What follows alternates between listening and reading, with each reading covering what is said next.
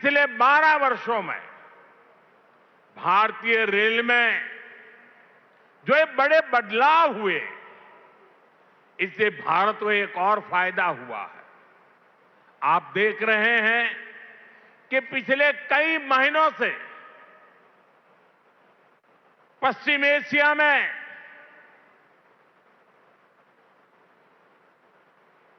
Hormuz के पूरे क्षेत्र में, ईरान और गल्फ में युद्ध चल रहा है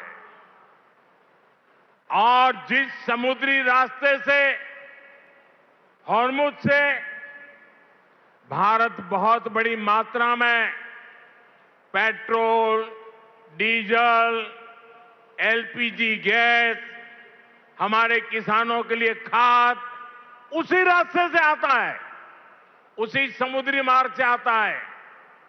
लेकिन पिछले 3-4 महीनों से ये रास्ता निरंतर युद्ध का मैदान बन चुका है, संकटों से घिरा हुआ है।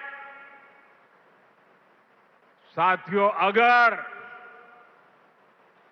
2014 से पहले अगर ये स्थिति आती तो आज हिंदुस्तान का रेलवे का काम पूरा का पूरा ठप पड़ा गया होता, क्योंकि उस समय 2014 में देश का बहुत बड़ा हिस्सा था, ऐसा था जहां हमारी ट्रेनें सिर्फ और सिर्फ डीजल से चलती थी। अब आप सोचिए, अगर डीजल आना बंद हो गया होता और डीजल से चलने वाली ट्रेनें कैसे चलती, देश कितने बड़े संकट में आ जाता। लेकिन साथियों, 2014 की स्थिति नहीं है ये मोदी है।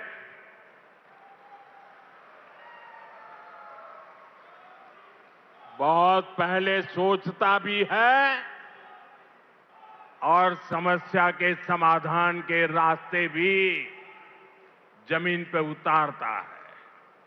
आप सोचिए, भारतीय रेल के बिजलीकरण की शुरुआत, ये सुनकर के भी ये चौंक जाएंगे आप लोग। बिजलीकरण की शुरुआत 1925 में हुई थी, यानी करीब 100 साल पहले। 1925 से लेकर 2014 तक, यानी करीब 90 साल में पूरे देश का जो रेल नेटवर्क था, उसका सिर्फ 30%, 30%, 1/3 से भी कम रेल नेटवर्क का बिजलीकरण हो पाया था।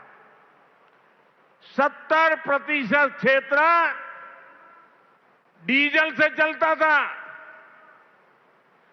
और जिस गति से 90 साल में 30% काम हुआ, तो 100% होते होते 300 साल लग जाते, 200 और लगते।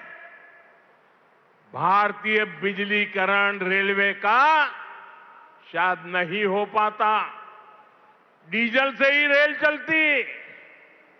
लेकिन बीते 12 वर्षों में भारत के करीब 99%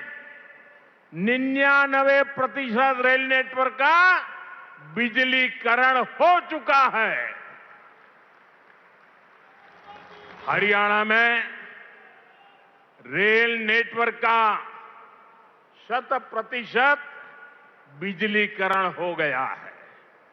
इस वजह से लड़ाई होने के बावजूद भी, तेल का संकट पैदा होने के बावजूद भी भारत की रेल रुकी नहीं है, भारत की विकास की गाड़ी अटकी नहीं है। ट्रेनें निरंतर चलती रही।